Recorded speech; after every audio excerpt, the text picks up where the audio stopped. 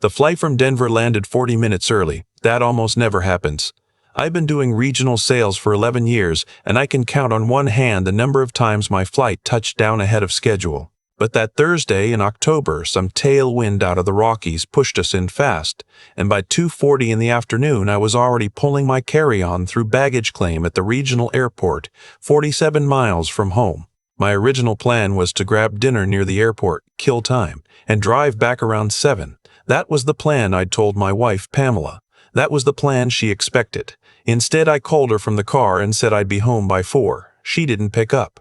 I figured she was busy. Pamela works from home doing medical billing, and when she's deep in a batch, she doesn't hear anything. I left a voicemail, tossed my phone on the passenger seat, and pulled out of the parking garage. It was a good week. Closed 2 contracts in Colorado, one of them bigger than anything I'd landed in 3 years. I was in a good mood. I stopped at a bakery off the interstate and bought a box of those lemon bars my son Owen loves. He was 14 then, in 8th grade. Quiet kid, but sharp. Played chess on the school team. Collected vintage baseball cards.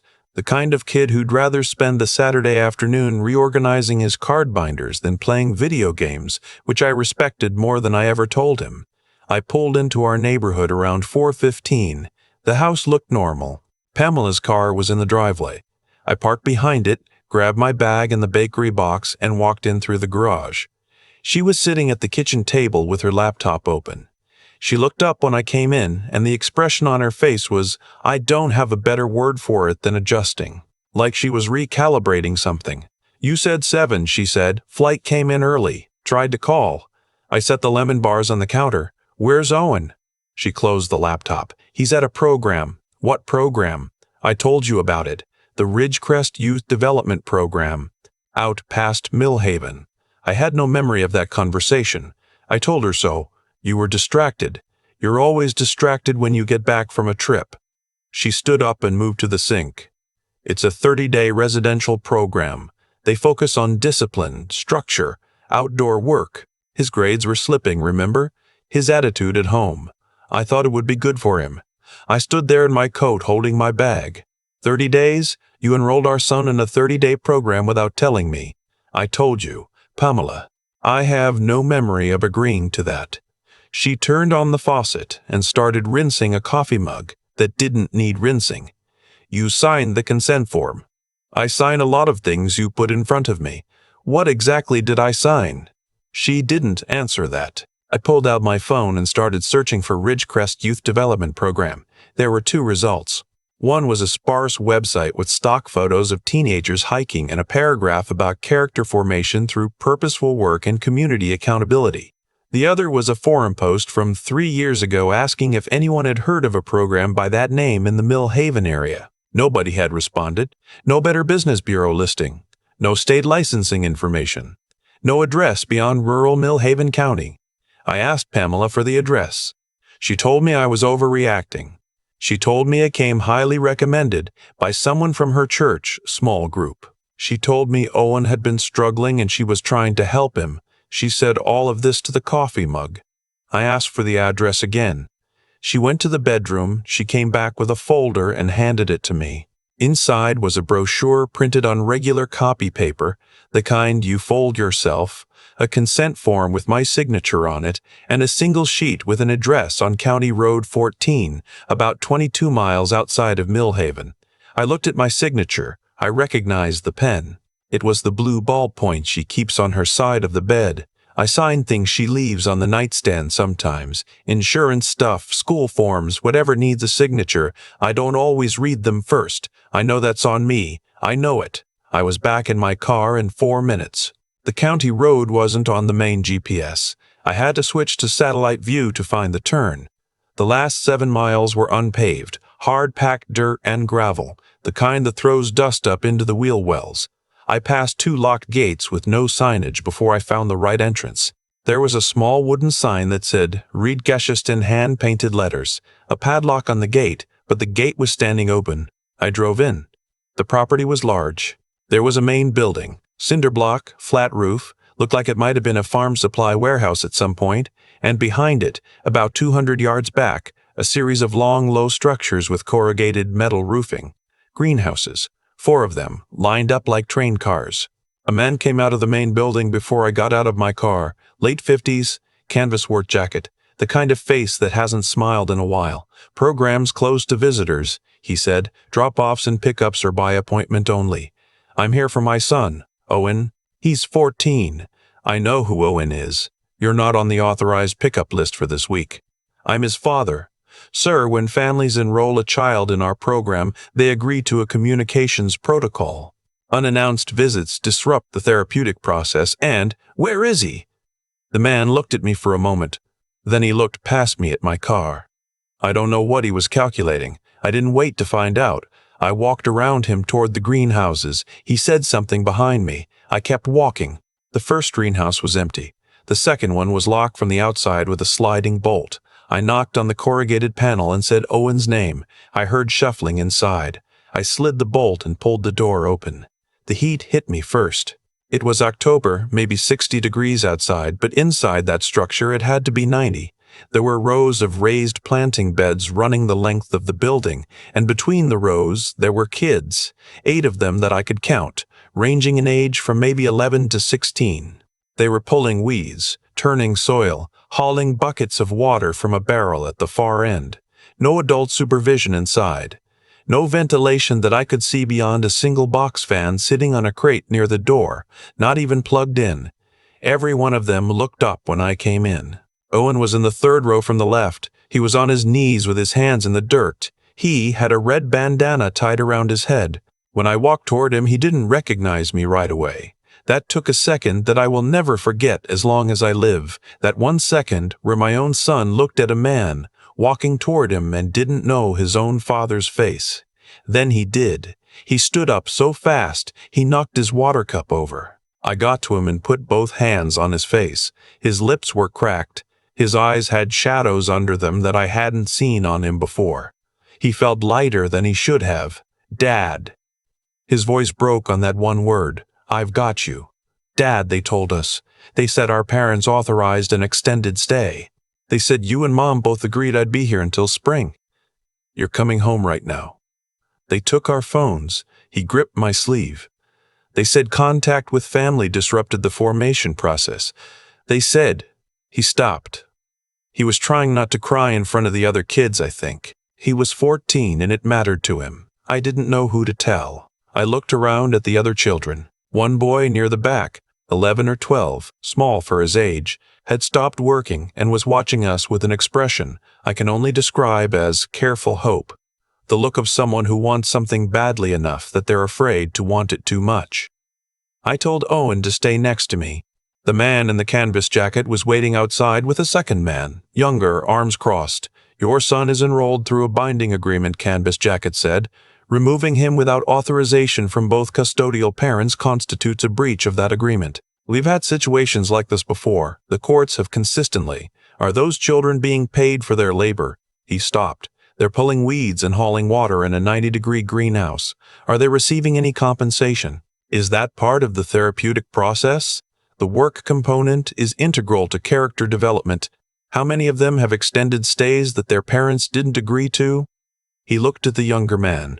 I took out my phone and called 911. I told the dispatcher my location on County Road 14, that I had found my minor son and other minors in conditions I believed constituted labor violations and possible unlawful detention, and that I was requesting a deputy respond immediately. Canvas Jacket told me I was making a serious mistake. I told him to step away from my car. Owen was standing behind me. I felt his hand touch my shoulder blade, just resting there, not grabbing, just confirming I was real. Dad. His voice was low. There's a boy in there. He asked me once, early on. He asked me once, early on. He asked if I thought our parents would come. I told him I thought so. I didn't know what else to say. He paused. His name's Caleb. He's 11. He's been here since July.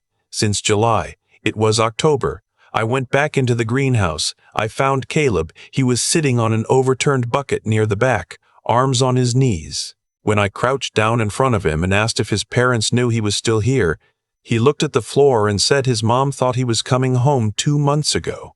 I told him he was coming with us. He didn't say anything. He just stood up and followed me out. The two men didn't stop us. I think they understood by then that something had shifted past the point where intimidation was useful. Deputy Trish Hadley arrived 23 minutes later. She was calm and methodical and didn't seem surprised by what she found, which told me something. She called for backup in the social services contact. Before I left with Owen and Caleb, she had both men detained and was on the phone with County. I drove Owen and Caleb out to the main road. Owen sat in the passenger seat. Caleb sat in the back, very quiet, looking out the window at the flat October fields going by. After a few miles, Owen said, "Are you going to call Caleb's mom?" I said I already had her number from the deputy, and I'd call her as soon as we got somewhere with better signal. Caleb said, from the back seat, very quietly, "She's going to cry." I said that was probably true. He said, "Okay." That was all. I called his mother from a gas station parking lot in Millhaven. Her name was Adrian. She picked up on the first ring. When I told her I had Caleb in my car and that he was safe and that I was bringing him to her, she didn't say anything for about 4 seconds. Then she said, "Oh God," and started crying, and I just let her. What happened after is harder to tell in a clean line. Pamela, my wife, had known more than she admitted that night. It came out slowly over the following weeks through the investigation. She hadn't been deceived by a church friend.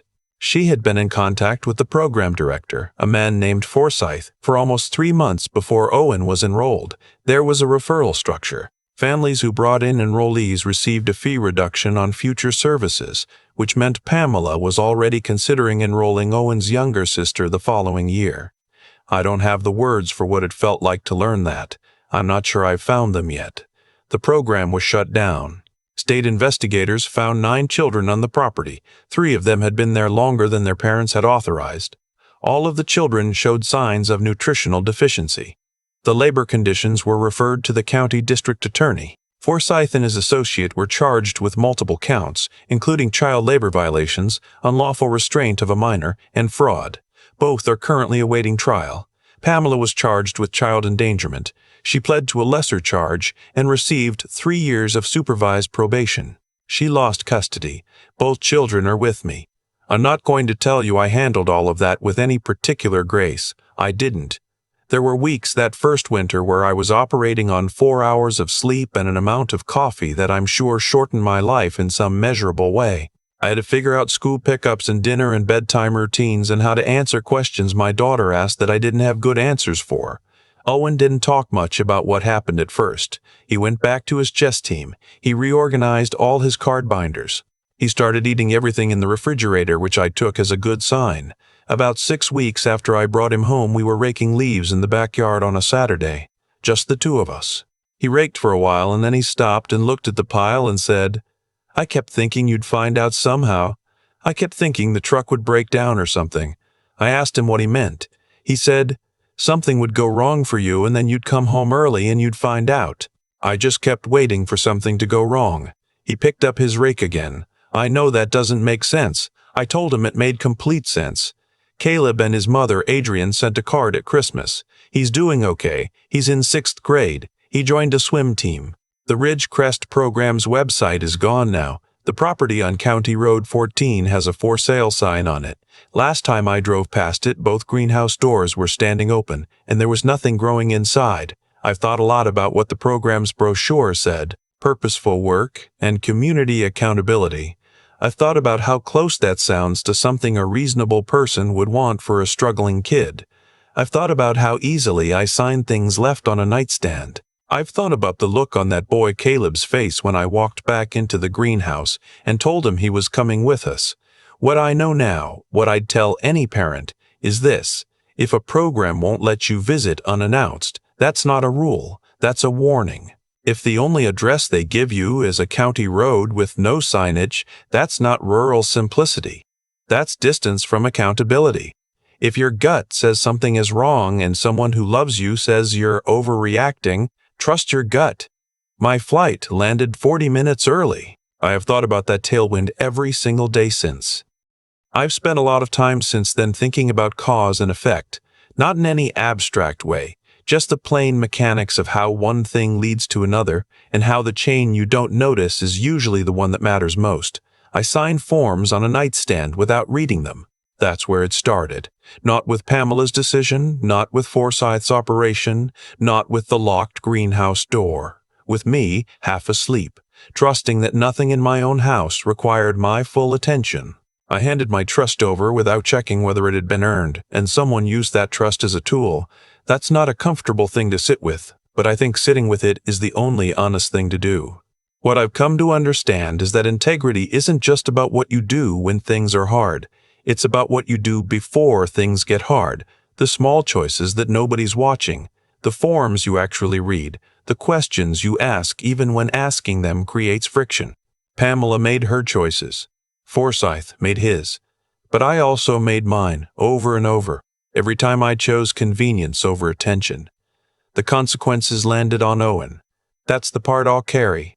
Owen is 15 now. He went back to chess. He eats 2 portions of everything I cook, which I take as the highest possible compliment. Last spring he placed 3rd in a regional tournament and came home with a small plastic trophy he put on his desk next to his card binders. We didn't make a big deal of it. He didn't want us to. But I noticed it every time I walked past his room, and I noticed it in a way I wouldn't have before, with a specific, sharp gratitude for the ordinary. That's the thing about something nearly going permanently wrong. It recalibrates what ordinary is worth. What I want to say about Owen and about Caleb, that 11-year-old boy who was still waiting in July, in August, in September, into October, is that neither of them quit. Owen kept going every day in that greenhouse, not knowing when it would end. Caleb answered my question about his mom and said she's going to cry with this steadiness in his voice that I still think about. 11 years old, 3 months, in a place that had no business holding him, and he was still holding himself together.